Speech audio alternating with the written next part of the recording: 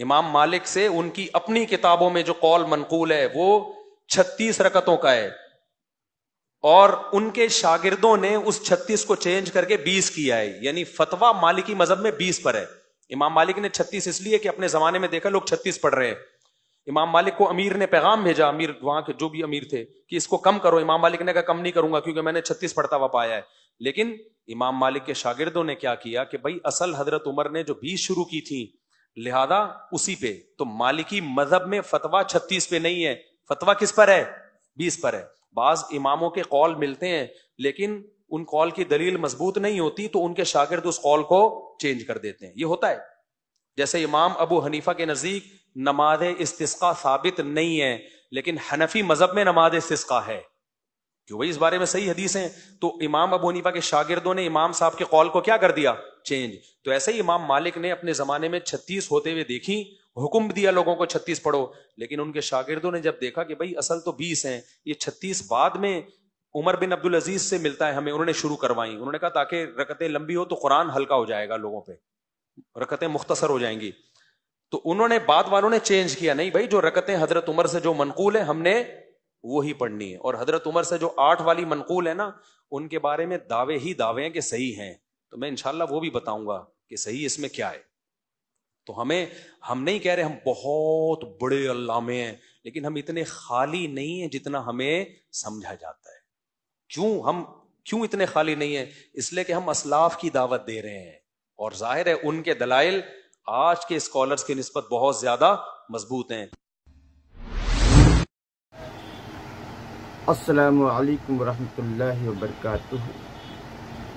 میرے بھائیوں، ابھی آپ نے دیکھا کہ طارق مسعود صاحب شیخ کفایت اللہ سنابلی صاحب کے تعلق سے کیا فرما رہے ہیں، کیونکہ شیخ کفایت اللہ سنابلی صاحب نے ان کے 20 رکعت تراویح اور 8 رکعت تراویح کے موقف پر دلائل پیش کیے، جس کی وجہ سے طارق مسعود صاحب کچھ گھبرا گئے، ان سے جواب نہیں بن پڑا، لیکن پھر بھی انہوں نے جواب دینے کی کوشش کی۔ آپ دیکھیے کہ طارق مسعود صاحب کیا کہہ رہے ہیں کہ حضرت عمر رضی اللہ تعالی عنہ کے دور میں انہوں نے 20 رکعات تراویح شروع کی، کیا انہوں نے کوئی دلیل دی؟ کیونکہ موطا امام مالک میں جو حدیث منقول ہے وہ اس طرح سے ہے کہ حضرت عمر رضی اللہ تعالی عنہ کے دور میں 20 رکعات تراویح پڑھی گئی، یہ نہیں ہے کہ انہوں نے پڑھنے کا حکم دیا، بلکہ اس زمانے میں جو قاری تھے ابی بن کعب رضی اللہ تعالی عنہ، ان کو حکم دیا کہ وہ لوگوں کو 8 رکعت تراویح اور وتر کے ساتھ 11 رکعت تراویح پڑھائے، تو 11 رکعت تراویح پڑھانے کا انہوں نے حکم دیا۔ اور جو 20 رکعت تراویح جو ضعیف روایت ہے وہ اس طرح سے ہے کہ حضرت عمر رضی اللہ تعالی عنہ کے دور میں 20 رکعت تراویح پڑھی گئی، پڑھائی کا لفظ نہیں ہے، کس نے پڑھی، کس نے پڑھایا، یہ سارے دلائل چاہیے ہم کو، اور وہ بھی صحیح حدیث کی روشنی میں۔ ضعیف حدیث ہمارے لیے دلیل نہیں ہے، اور بار بار جو ہے اسلاف کا حوالہ دیتے ہیں طارق مسعود صاحب، تو سب سے پہلی بات یہ ہے کہ جب ہمارے پاس صحیح حدیث آ جائے تو صحیح حدیث ہمارا مذہب ہے۔ امام ابو حنیفہ رحمۃ اللہ علیہ نے بھی یہی کہا تھا کہ صحیح حدیث میرا مذہب ہے، تو صحیح حدیث آ جائے تو کوئی حوالہ کام نہیں کرتا، کیونکہ اللہ نے فرمایا اتخذوا احبارهم ورهبانهم اربابا من دون اللہ، کہ اہل کتاب نے اپنے علماء کرام کو ہی اپنا رب بنا لیا۔ اور یہ رب بنانا کس کا کام تھا؟ یہ اہل کتاب کا کام تھا۔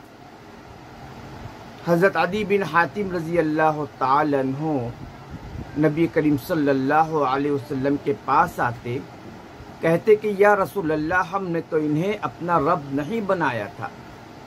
تو حضرت عدی بن آپ صلی اللہ علیہ وسلم فرماتے ہیں کہ یہ عالم جو تم پر حلال کرتے تھے تم نے اپنے پر حلال کیا، یہ عالم جو تم پر حرام کرتے تھے تم نے اپنے پر حرام کیا۔ یہی اللہ حلال و حرام کا عمل رب بنانا ہے، اور اسلام میں رب بنانا شرک ہے۔ تو اسی لیے میرے بھائی، میں طارق مسعود صاحب سے بس ایک ہی گزارش کروں گا کہ قُلْ هَاتُوا بُرْهَانَكُمْ إِن كُنتُمْ صَادِقِينَ، کہ اگر تم اپنے دعوے میں سچے ہو تو دلیل لاؤ۔ تو جو بھی بات کرو دلائل کی بنیاد پر کرو، ادھر ادھر کی مثال دے کر، ادھر ادھر کی باتیں کر کے کچھ فائدہ نہیں ہونے والا ہے۔ اللہ رب العالمین کو بھی منہ دکھانا ہے، چہرہ دکھانا ہے اللہ کو بھی۔ اسی لیے صحیح حدیث جو ہے وہ صرف 8 رکعت تراویح کی ہے، اور وطر کے ساتھ 11 ہے، لیکن 20 رکعت تراویح کا حکم نہیں ہے۔ اور جو حکم آیا ہے کیا ان کے زمانے میں حضرت عمر رضی اللہ تعالی عنہ کے زمانے میں پڑھی گئی تو وہ بھی ضعیف ہے، اور اگر صحیح مان بھی لیا جائے تو کس نے پڑھا کس نے پڑھا، یہ تمام دلائل ہم کو چاہیے، یہ سارے دلائل چاہیے۔ اللہ تعالی ہدایت دے طارق مسعود صاحب کو، آمین یا رب العالمین۔